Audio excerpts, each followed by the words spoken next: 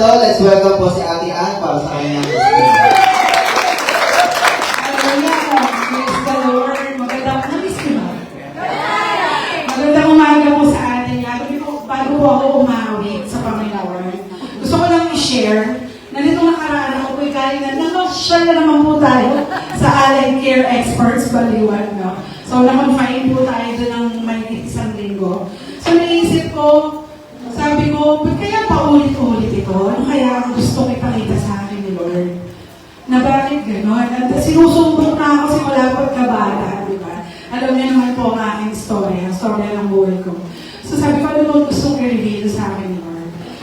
Hindi pa niya pinapakita sa akin, sa totoo lang. At sa ngayon, umaasa ako na sulit si God na mag-reveal sa akin kung ano talaga ang purpose ko. Kasi bago ako operahan, nag-worship ako sa loob ng operating room. Yung mga nurse na katingin lang sa akin. Ang ginagawa ko, baliw pa babae ito. Nag-worship ako. Kumakanta ako sa loob ng operating room bago ako saksakan at patulugin ng anesthesiologist.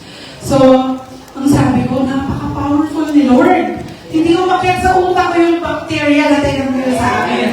Kung hindi, ganito lang ang buo rin sa diba? So, napakabait talaga ng Panginoon, napakabuti ng Panginoon. At isa pong pagsubok sa akin nun, wala kaming pera, wala kaming hospital, wala kaming kahit ano.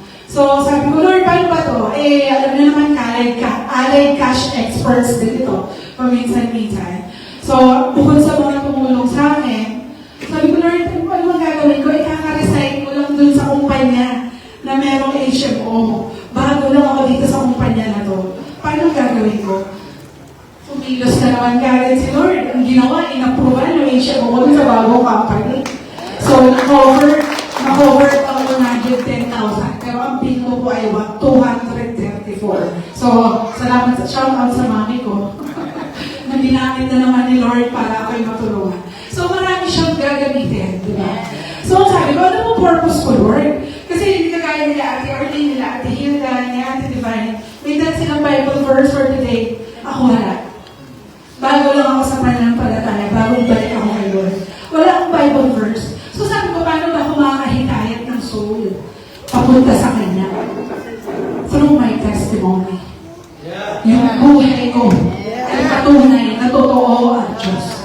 Totoo si Jesus. So, ang tanging ko lang magagawa is to share my testimony and to use my voice para i-share sa buong mundo kung gaano kabuti ang Panginoon. So, itong awit na to, nung narinig ko siya, English song kasi siya, nung narinig ko siya, sabi ko, parang sinulat ko para sa akin Sabi ko, sana pala paunahan ko to. Ako na sana ang kumanta original. Pero, syempre, hindi naman kailangan na sa'yo. Pwede mong gamitin pa ulit-ulit ang awitin. Again, napaka-powerful ng voice, napaka-powerful ng mouth. Kung ano yung binibigas natin, kung ano yung inaawit natin, yan ang magmamanifest sa atin. Buhay.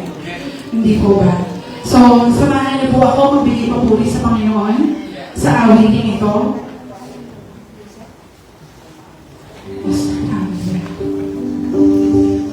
This is the